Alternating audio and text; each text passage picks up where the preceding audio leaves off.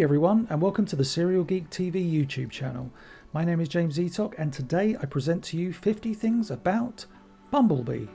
So without any further ado, let us begin. Dan Gilvezan voiced Bumblebee utilising the same voice he used for Peter Parker, Spider-Man, 3 years earlier in Spider-Man and His Amazing Friends. The voice is pretty much Gilvezan's own, and we fans love it. This is the happiest day of my life! If Bumblebee were coloured like his alternative action figure, he would have looked like this. It's Bumblejumper. Bumblebee had two different prominent deaths in the comic books. When the US comic killed Bumblebee in the Transformers G.I. Joe crossover, the UK comic, never even publishing the crossover, had Bumblebee killed by the awesome Marvel UK character Death's Head. In one of the earliest pieces of Transformers cartoon concept artwork by Marvel Productions, Bumblebee was depicted as having wings and firing a stinger out of his crotch. Ouch. Although many of us know Bumblebee to have this face, the original action figure depicted a rather different appearance. Thankfully, in 2004, the Bumblebee action figure was re-released with a cartoon-accurate head, and much joy was had. When Transformers Generation 2 was a thing, Bumblebee was one of quite a few robots in disguise that received a re-release and new presentation, Yellow Chrome. In fairness, he got off rather lightly compared to some of the other Generation 2 redecos. As with other canons, when Bumblebee was killed in the cartoon, he was brought back to life as Goldbug, leading to this rather sweet piece of dialogue. Back? I'm better than ever! Look at this new paint job! I've gone beyond being just plain old Bumblebee. I'm a gold bug!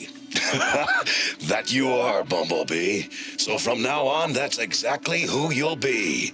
Goldbug. Although, oddly, in this scene, his face changes from looking like a relative of Optimus Prime to this guy. Transformers comic book scribe Bob Budiansky revealed that prior to Bumblebee, he had considered naming the character Goldbug. Bumblebee became one of the Transformers to end up in the Pretenders line. Although the cartoon had ended, an animation model was created for the character, which was only ever intended to be used in the commercial advertising the action figures. Also, Dan Gilvezan reprised his role in those very same adverts. Optimus, we're here! As Pretenders! Jazz, Bumblebee, you're back! Optimus, we've captured two of the Decepticons' vehicles! Look out, they're transforming into bases! In terms of continuity, this Bumblebee exists after Goldbug. As Goldbug, he made a few appearances in the Japanese exclusive Headmasters series. Bumblebee's Cybertronian form is one of very few we ever see in the series. Bumblebee is the second Transformer we ever hear speak, the first being Wheeljack. He gets his backside handed to him by the dastardly duo of Skywarp and Thundercracker. Initially in the series, it appears that Hound and Spike Witwicky are going to be friends for life. After the initial miniseries, however, Bumblebee slowly replaces Hound in that role.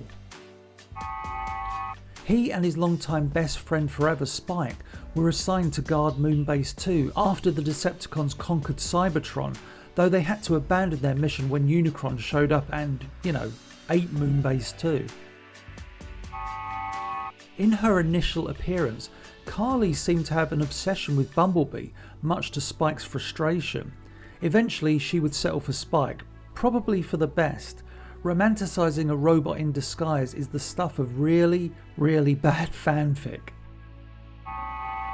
In numerous canons, comics and storybooks, Bumblebee's toy design was eventually retired, as the artists would use the Marvel Productions character model. Bumblebee, at least his Volkswagen form, seems to have been in place during Marvel Productions' earliest development work on the series, but that's a video for another time.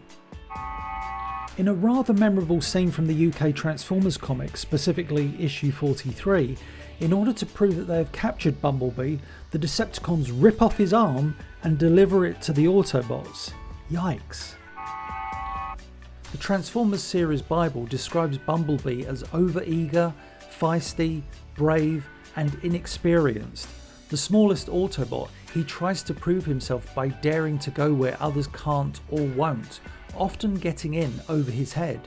The youngest, he idolises others, especially Optimus Prime and Ironhide. Aww.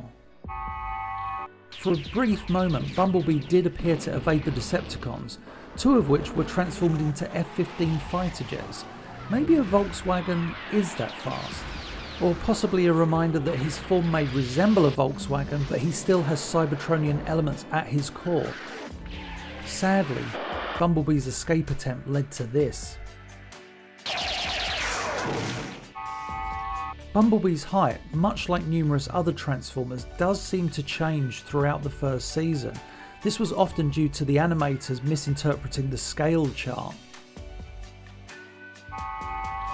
For whatever reason, the comic book artists would often tend to ignore the scale charts, leading to Bumblebee being the same size as the non-mini Autobots. Apparently, Bumblebee loves New York. In the episode Fire on the Mountain, Louisa suggests to Spike that they could introduce Bumblebee to her brother's convertible. We never saw this scene play out. He does a pretty good Tarzan impression without the yell and defeats an inquisitive Rumble.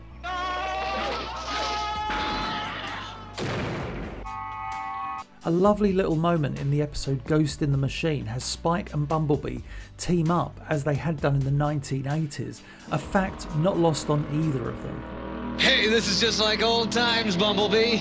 It sure is, Spike. Bumblebee saved the life of his grumpy mini Autobot pal Gears in the episode Changing Gears. He had the rather unique honour of journeying inside Megatron alongside Perceptor and Brawn in order to retrieve the heart of Cybertron. The little guy risked getting torn apart by a mind-controlled Optimus Prime in the episode Attack of the Autobots. Bumblebee made a cameo appearance in the much celebrated episode Call of the Primitives alongside Jazz and even Windcharger, who, the last time we saw him, was dead. Bumblebee came very, very close to death in Transformers the movie when he was seconds away from being digested, rather gruesomely, by Unicron. Thank goodness for Daniel. Not a phrase you'd hear many people utter.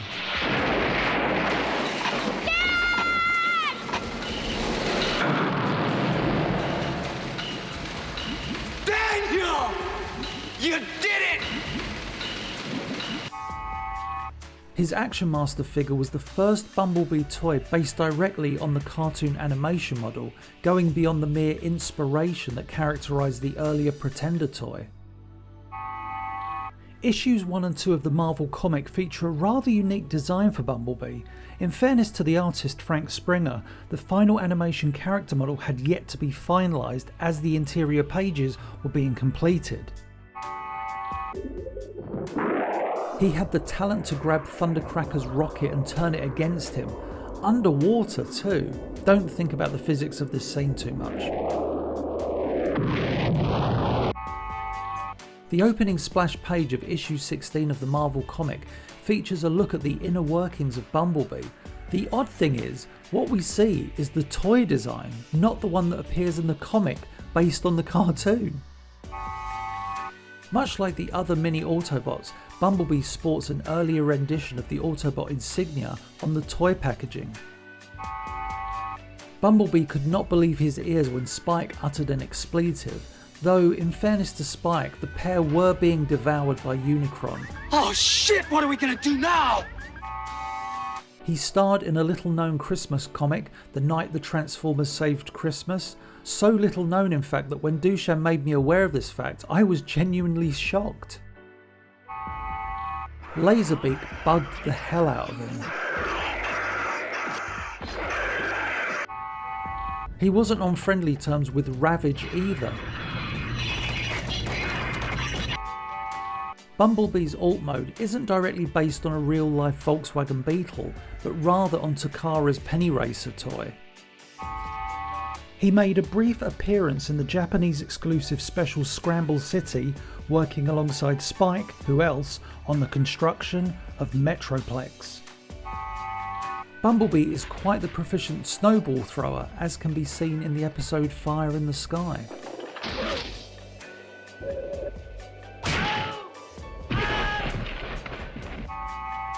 Early in the development of what would become the Transformers, the story was to revolve around Muffy, another Volkswagen Beetle. Japanese animators inserted Bumblebee into an episode of Transformers Superlink, also known as Transformers Energon, titled Rodimus, Friend or Foe. He's the first Autobot seen at the start of the Generation 2 era of comics. As seen in the episode Transport to Oblivion, Bumblebee has the dubious honour of being the first Autobot to fall under Decepticon mind control. Now, that may sound like a very specific fact, but it happens quite a few times in the series, and yes, Red Alert malfunctioned, but still, Starscream manipulated him. That's a form of mind control.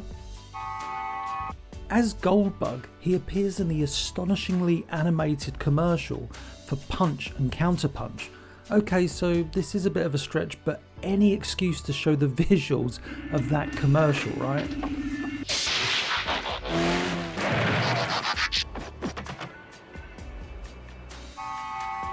And finally, thanks to Korean animation studio ACOM's sloppiness, he got to appear in the very last episode as both Goldbug and Bumblebee in the same shot.